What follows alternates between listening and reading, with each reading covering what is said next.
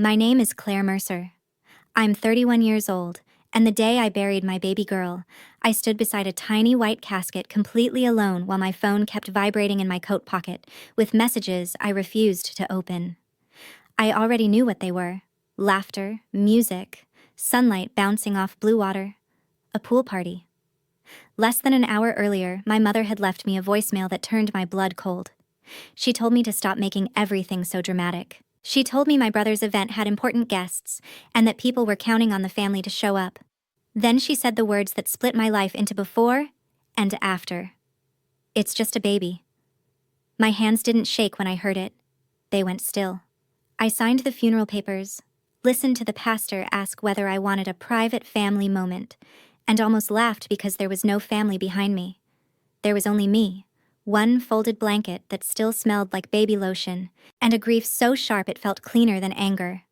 All my life I had been the daughter expected to understand, forgive, and stay quiet.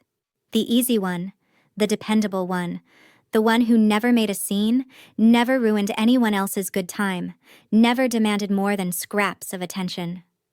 But when I watched strangers lower my 4-month-old daughter into the ground while the people who should have stood beside me chose cocktails and pool floats instead, something inside me finally went cold. They thought I would go home and cry. They thought grief would make me weak. They had no idea that burying my child alone was the last time I would ever protect them. If your own family chose comfort over your pain, would you forgive them? Or would that be the day you stopped making excuses for them forever? Growing up in Scottsdale, Arizona, I learned early that in our house, love was measured in applause, and applause always followed my younger brother, Chase Mercer. My father, Daniel, used to say Chase had the kind of confidence that made people trust him with anything, while my mother, Susan, loved calling him our little star in front of church friends, neighbors, teachers, anybody who would listen. Chase smiled easily, spoke like every room belonged to him, and somehow turned even average achievements into family celebrations. If he made junior varsity, there was a steak dinner. If he sold raffle tickets for school, my parents told the story for weeks. If he forgot to do something important, my mother called it a learning curve. I was different. I was quieter, more observant. The girl who drew for hours, got straight A's, and learned not to expect much when I did something well because there was always a reason it mattered less than whatever Chase had going on. When I won a statewide youth art competition at 17, my mother hugged me in the auditorium lobby, took one quick photo, then whispered that we had to leave early because Chase had a charity golf mixer with some country club kids, and those connections matter. I remember standing there with my certificate still in my hand, watching my parents rush me through a side exit while other families stayed to celebrate their daughters. A year later, when I got accepted into Arizona State and announced I wanted to study education and art, my father smiled the way people smile when they're trying not to be rude and said, "That's nice, Claire. But I hope you know teaching won't exactly make you independent." 2 days later, Chase mentioned that he might try real estate one day because he liked talking to people. And suddenly, my parents were telling everyone he had natural business instincts. That was our family in a sentence. I did the work. He got the mythology. By the time I became an elementary school art teacher in Scottsdale, I was already used to being called practical, sweet, reliable. All the words people use when they want your labor but not your spotlight. My job fit the role perfectly. I spent my days helping children feel seen, noticed, encouraged, and then came home to a family that treated me like I should be grateful just to be included. Meanwhile, Chase, now a luxury real estate agent who sold desert view homes to people with more money than taste, became exactly the kind of son my parents had always imagined. He wore tailored shirts, drove a leased BMW, posted photos beside infinity pools and million-dollar listings, and talked about building a network, the same way preachers talk about faith. My mother loved introducing him at every gathering. "This one's going places," she'd say, hand on his arm, eyes shining. About me, she said things like, "Claire is so nurturing," which sounded kind until you heard the difference. Chase was the future. I was useful. That old imbalance followed us into adulthood so naturally that by the time I noticed how deeply it still shaped my life, I'd already spent years adapting to it. I stopped sharing good news unless someone asked. I learned to smile through interruptions. I got very good at shrinking my own feelings to keep the peace. And the worst part was that I kept hoping one major milestone, one undeniable life event, would finally force my family to see me clearly. I just never imagined the milestone would be motherhood, or that even that wouldn't be enough. When I got pregnant with my daughter, I was 29, newly separated from a man who had proven he could disappear. The second responsibility stopped being romantic, and terrified in ways I didn't always admit out loud. But beneath the fear, there was hope. Real, humiliating hope. I thought maybe this baby would change the shape of my family. I thought maybe my parents would soften when they saw me becoming a mother. I thought maybe Chase would stop treating every conversation like a competition once there was an actual infant in the room. I thought a lot of foolish things back then because I still wanted to believe blood meant something sacred. My daughter Rosie was born early after a difficult pregnancy and spent her first weeks under careful medical supervision. She was tiny, red-faced, stubborn, and perfect. The first time she curled her fingers around mine, I felt a kind of love so fierce it made every old wound look smaller. Suddenly, I understood what protection was supposed to feel like. I sent my parents photos from the hospital, videos of Rosie yawning, her first soft noises, the way she scrunched her nose in her sleep. My mother always responded eventually, but never the way I hoped. "Cute little thing," she texted once, then followed it with, "Don't forget Chase's open house brunch on Saturday."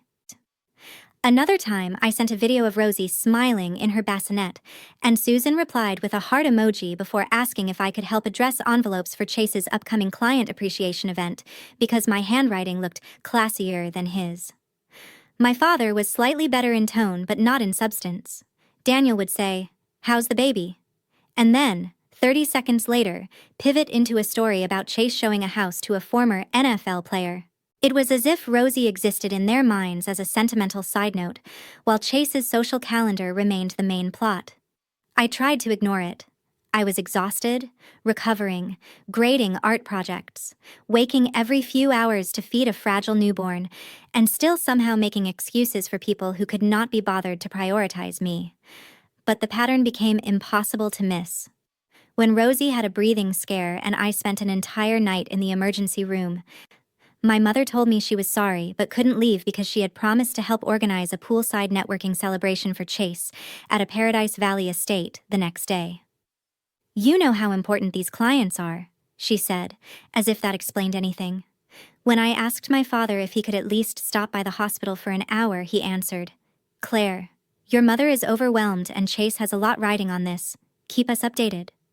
Keep us updated, like I was a weather app. Not their daughter, not the mother of their grandchild lying under fluorescent hospital lights. Rosie came home, but she remained medically vulnerable. I learned to live with monitors, specialist appointments, the constant pulse of low-level fear. Through all of it, Chase kept orbiting through family life like a man convinced the universe should never dim his lighting. He had recently started dating the daughter of a wealthy developer, and suddenly, everything in my parents' world revolved around whether this relationship would lead to bigger clients, bigger circles, better status. Susan talked about the girlfriend's family the way people talk about winning lottery numbers. Daniel started calling Chase, the one who's finally going to elevate this family. I remember hearing that while bouncing Rosie on my shoulder after a hard feeding and thinking, so what am I then? What is she? Still, I kept reaching. I invited my parents to Rosie's 4-month blessing at church. Susan said she had a conflict with one of Chase's listing launches. I asked Daniel if he could come by to hold her so I could shower after a rough week. He told me his back was acting up, then posted a photo that afternoon from a rooftop lunch with Chase and some investors. By the time Rosie's health began to worsen for real, some stubborn part of me already knew I was going to be alone. The doctors warned me as gently as they could that her condition was unstable. I sent that update to the family group chat. Chase responded 3 hours later with a thumbs up and praying, then posted a story from a luxury pool install at a client property. Susan called that night, but not to ask what I needed. She wanted to know whether I thought moving the date of Chase's poolside celebration would look weak to the kind of people he was trying to impress. I stared at the wall while she talked and realized she wasn't even hearing herself anymore. My daughter was fighting to live, and my mother was asking me to weigh in on the optics of a party. A few weeks later, Rosie died in my arms just before dawn. The world did not shatter the way movies promise. It narrowed. The nurses were kind. The room was too quiet. My body still expected her weight even after they took her from me. I called my parents first because some reflex older than logic made me do it. Susan didn't answer. Daniel did. Listened for exactly 6 seconds, then said, "Your mother's in the middle of final setup for Chase's event, Claire. We'll figure something out." That was the moment hope finally started to rot. Rosie's funeral was set for 2 days later. I texted the date, the time, the chapel address, the cemetery location. Susan replied with a single message. "We'll try." Chase never acknowledged it at all. On the morning of Rosie's funeral, the sky over Phoenix was hard and bright in that cruel Arizona way, like even sunlight had no mercy left. I dressed in black, with hands that felt detached from the rest of me, wrapped Rosie's blanket into my coat bag because I couldn't stand the thought of leaving it behind, and drove to the chapel in silence. All the way there I kept checking my phone, not because I truly expected my family to come, but because some pathetic part of grief still bargains with reality, even after reality has made itself clear. The first missed call came from a florist asking about a ribbon on the arrangement. The second came from Megan Walsh, my closest friend and fellow teacher, who was already at the chapel waiting for me. Then, 23 minutes before the service, Susan's voicemail arrived. I still remember every word, because they branded themselves into me. Her voice was crisp, impatient, almost distracted by background chatter and splashing water. "Claire, please stop calling. We can't just abandon Chase's event now. Important people are here. You need to stop making everything harder than it already is. It's just a baby, and your brother's party matters more today than another scene. We'll talk later when you're calmer." I listened once, then twice. Then I locked my phone because if I'd heard it a third time in that parking lot, I might have screamed. Instead, I walked into the chapel with my face numb and let Megan take my elbow without saying a word. The service itself passed in fragments. The pastor's softened voice, the white flowers, the tiny coffin that looked impossible and obscene, the feeling of strangers being gentler with my daughter's memory than her own blood family had been. When the pastor asked whether the family wanted a final private moment before the burial, there was a pause, long enough to make everyone understand. Megan stepped closer. One of my older colleagues stood behind me. No Mercer moved. I buried my child with friends, coworkers, and 2 women from church, who barely knew me but came anyway, because they said no, mother should stand alone. That fact alone told me everything I needed to know about what family really was. After the burial, while I was still staring at the fresh dirt like my brain hadn't caught up to the finality of it, Megan touched my arm and asked if we could sit in her car for a minute. The moment the doors closed, she turned her phone toward me with a face I'd never seen on her before, part fury, part disbelief. On the screen was a social media story from one of Chase's guests. A long pool glittered under the sun. Champagne flutes clinked. Chase stood shirt-sleeved and smiling near a catered brunch table. Susan laughed beside him in a wide sun hat. Daniel held court near the grill. Over the video, the guest had written, "Perfect family, perfect day." I think the only reason I didn't vomit was because grief had already emptied me out. Then Megan showed me something worse. Someone at the party, probably trying to sound sympathetic, had posted, "Keeping the Mercers in our prayers while Claire requested a private goodbye today." Requested a private goodbye. My mother hadn't just skipped Rosie's funeral. She had lied about it. She had turned my abandonment into my preference, my isolation into her excuse. That lie changed something in me more sharply than the voicemail had. Cruelty was one thing. Cruelty performed as innocence was another. I sat in Megan's passenger seat, still in my funeral clothes, and listened to the air conditioner hum while my mind suddenly became very clear. Not louder, not wilder, just coldly precise. I opened my phone and saved Susan's voicemail to 3 places. I screenshotted my funeral texts with the date and time. I screenshotted the unanswered calls I had made that morning. I took a photo of Rosie's memorial program resting in my lap. I saved the pool party story. Then I asked Megan to send me every screenshot she had from guests claiming I wanted privacy. She did it instantly. "Claire," she said carefully, "whatever you're thinking, make sure it's for you, not for them." I looked down at the folded blanket in my hands and realized that for the first time in my life, those two things were the same. This wasn't about causing drama. This wasn't about revenge in the childish sense. It was about refusing to let the people who abandoned my daughter also control the story of her funeral. It was about truth. And truth, I had finally learned, can ruin the right people faster than any scream. The service ended just after noon. Chase's event, according to the tagged stories, was still in full swing. Important guests were still there. His girlfriend's family was there. Potential clients were there. The church crowd my mother cared about was there. My family had chosen the place where appearances mattered most. Fine. That was where the truth would meet them. I did not drive home. I sat with Megan in the cemetery parking lot, built one message, tore it apart, rebuilt it, then saved it as a note until I could breathe without shaking. It was not a rant. It was not theatrical. It was simple, documented, impossible to dismiss. By the time I finally turned the key in the ignition, I knew exactly what I was going to do. They had spent my daughter's funeral protecting a pool party. I was about to make that choice cost them everything they valued most. I waited until the hour when parties are loudest and people are least prepared to be ashamed.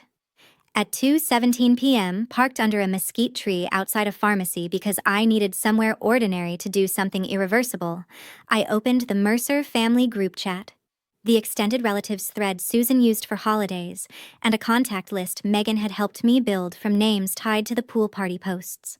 I didn't send different messages. I sent one. It read, since several people were told I requested privacy today, I wanted to share what was actually said to me when my parents chose Chase's pool party over Rosie's funeral. My daughter was buried at noon. I buried her without her grandparents. Attached are the funeral program, the time I sent the details, the unanswered calls, and the voicemail my mother left while I was on my way to the chapel. Underneath, I attached the photo of Rosie's memorial program, the screenshots of my texts with the funeral date and chapel address, the missed calls from that morning, and the audio file. Then I pressed send. For 5 seconds, nothing happened. Then the message showed delivered. Then read. Then chaos moved faster than thought. My phone lit up first with Susan's name. I let it ring once and decline. Daniel called next, then Chase, then 3 relatives, then Susan again. I ignored them all and watched the incoming message thread begin to split open. My Aunt Linda replied first with, "Susan, please tell me this is fake." A cousin wrote, "What voicemail?" Another relative, one of the churchwomen who adored my mother, sent, "Claire, surely there's been some misunderstanding." Before I could even decide whether to answer, a news story appeared online from the party. The camera was shaky now. No music. Someone had panned toward a cluster of guests standing still with phones in hand. In the background, I could hear a woman say, "Oh my God," and another voice whisper, "She said what?" I didn't need a front row seat to imagine the rest. Somewhere beside that pool, one guest had opened my message, then another, until the lie my parents had been floating through that afternoon dissolved all at once. I finally answered Chase on the 4th call, because I wanted at least one of them to hear how calm I was. He didn't bother with hello. "What the hell is wrong with you?" he shouted, his voice cracking with panic more than grief. "Do you have any idea who is here? Do you know what you've just done?" I leaned back in my seat and stared at the strip mall pharmacy sign across from me. "Yes," I said. "I told the truth." He swore, then dropped his voice as if moving away from guests. "You couldn't wait? You couldn't have handled this privately?" The nerve of that almost made me laugh. "Privately?" I said. "Like Rosie's funeral? Like the private moment where your mother said she mattered less than your party?" He started to say it wasn't his fault, that this had nothing to do with him, that important people were hearing things out of context. I cut him off. It had everything to do with you, I said. Everything always does in this family. Today was just the first time I stopped protecting that. He went silent for a beat, then snapped, "You're ruining my life over one voicemail." And there it was. The purest thing he'd said all day. Not over a dead child. Not over what his parents had done. Over one voicemail. Over consequences. "No," I answered. "Your life is being ruined by the truth your family told when they thought I would stay quiet." I hung up before he could answer. 10 minutes later, Megan texted me a screenshot from someone still at the party. Susan stood near the shallow end of the pool with her face white and stretched, one hand over her mouth, while Daniel argued with a tall man in linen beside the catering table. Chase's girlfriend, Hadley, was nowhere near him. Another guest had posted a single line over a blank black story. "Some things are too ugly to celebrate through." I won't pretend I felt joy in that moment. Revenge stories always make it sound like vindication tastes sweet.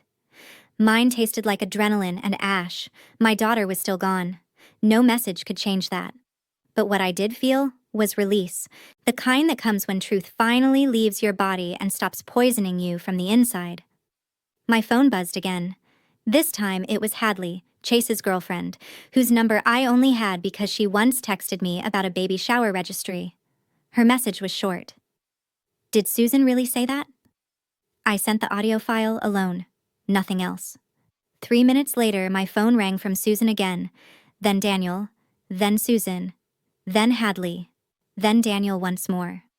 Finally, a text came through from my mother, stripped of all her usual polish. "Take that down right now. You are humiliating this family in front of everyone. We were going to explain later." Explain what? That my child deserved less because Chase had potential investors by a pool? That grief should wait until after appetizers? I typed back one sentence. "You had your chance to explain when I called from the cemetery." She replied instantly, "You are vicious." Yeah. That word settled over me more gently than she intended because it proved she still didn't understand. Telling the truth about what someone did to you is not vicious. Expecting silence after cruelty is. The next hour turned into a public unraveling. Relatives messaged me one after another, some apologizing for believing Susan, some asking if I was safe, some trying to soften things with, "Surely they didn't mean it that way." But the audio made softening impossible. There is a limit to how far image can stretch once people hear contempt in the original voice. Megan kept feeding me updates from contacts at the party. Hadley had confronted Chase in front of her parents. One older client family left without eating. A church friend apparently told Susan, "I don't know how you come back from that." Daniel had tried to gather guests for a toast, and almost no one had lifted a glass. Somewhere between the catered shrimp and the expensive floral centerpieces, my family's perfect afternoon had curdled into something they could neither control nor deny. I stayed exactly where I was until the sun began to angle lower and the flood of calls slowed just enough for silence to reach me. Then one final voicemail arrived, this time from Daniel. His tone had changed completely. No anger, no authority. Just strain. "Claire," he said. "Please, people are leaving. Chase is saying Hadley went home with her parents. Your mother's falling apart. Whatever point you wanted to make, you've made it. Call us so we can fix this." I listened once, then deleted it. That was the line, wasn't it? Fix this. Not fix what was done to me. Fix the damage to them. They still thought the emergency was the party. They still thought my role was cleanup.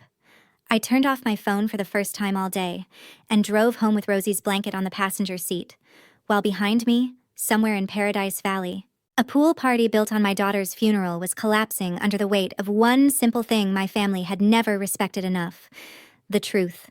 I didn't hear the rest of the fallout in real time because I left my phone off until after midnight, showered in silence, sat on my kitchen floor with Rosie's blanket in my lap, and let the adrenaline drain out of me in waves.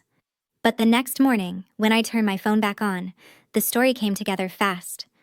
There were 62 messages, 9 voicemails, and 1 email from the funeral home asking whether I was okay, because apparently Susan had tried calling there looking for me after I stopped answering. Megan came over with coffee, sat across from me at the table, and helped me sort through what mattered and what was just noise. Hadley's mother had taken her and left the party almost immediately after hearing the voicemail. One of Chase's biggest prospective clients, a developer whose wife chaired multiple charity boards, left right behind them and later texted someone that they didn't do business with families who treat dead children like scheduling conflicts. Susan had apparently tried to corner guests and insist I was mentally unstable from grief, but the audio made that angle collapse before it could breathe. Daniel got into a shouting match with one of his church friends, who told him flatly that if he could stand by those words, he was not the man everyone thought he was. Chase, in the middle of all this, started blaming everyone except himself. First Susan for leaving the voicemail, then Daniel for not stopping me, then me for weaponizing grief, and finally Hadley for making a scene when she refused to stay. By the end of the afternoon, according to 3 separate messages from different guests, the party had emptied out in embarrassed fragments. Half-drunk glasses sat sweating on side tables. Food trays went untouched. A pool full of reflected sunlight kept glittering as if the day were still beautiful, while everything my family valued about that event, status, admiration, momentum, image, bled out around it. The most revealing call came from my cousin Erica, who had never once taken my side in any family conflict before. She left a voicemail saying, "Claire, I don't know if you want to hear from me, but I need to say this. I was there. We were all told you wanted privacy. Your mom said coming would only upset you, and that the baby's service was very small and intimate. Then your message came through, and everyone listened. Nobody knew. I'm so sorry." That apology mattered less than people think apologies should, but it did confirm the truth I already knew. Susan and Daniel hadn't simply chosen Chase's event. They had actively rewritten the story to protect themselves. That lie was why I didn't answer when my parents showed up outside my condo at 10 the next morning.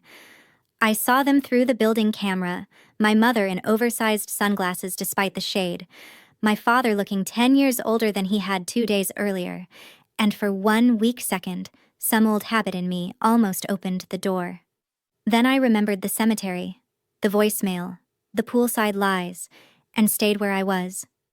They rang 3 times. Daniel called from the lobby.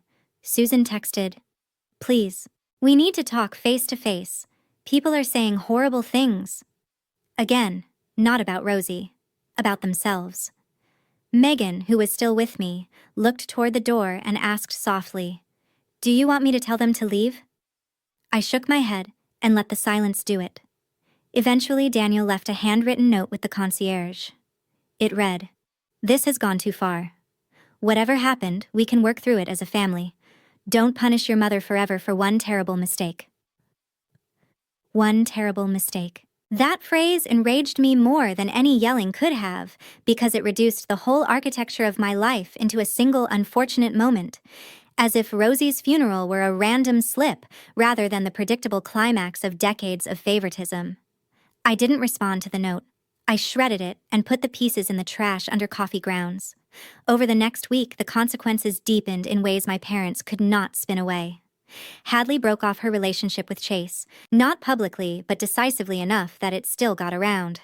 One of the women from her family's church circle told Megan's aunt that no decent family would tie themselves to people who called a dead infant just a baby.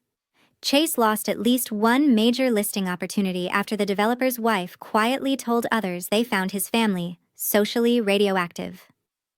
Susan stopped showing up to the women's ministry meetings at church because too many people had heard the voicemail. Daniel tried to keep acting as if everything were normal, but apparently no one at his golf club wanted to sit with him without mentioning what happened. A family like ours can survive private cruelty for generations. Public consequence is what shocks them. And still, through all of it, they reached for me not in remorse, but in desperation. Susan sent long texts about her blood pressure, her humiliation, the whispers she had to endure. Daniel wrote that Chase's future was being destroyed over something between us. Chase himself sent me a voice note so raw with resentment it almost impressed me. "If Hadley's gone for good, that's on you. If I lose business because you wanted attention, that's on you too." I listened to that one twice, not because it hurt, but because it clarified the entire family system in a single breath. My grief had never been an emergency to them. Their inconvenience always was. So I made a decision that would have seemed impossible to the version of me who still chased approval. I blocked Chase permanently. I blocked Daniel. I blocked Susan after sending one final message.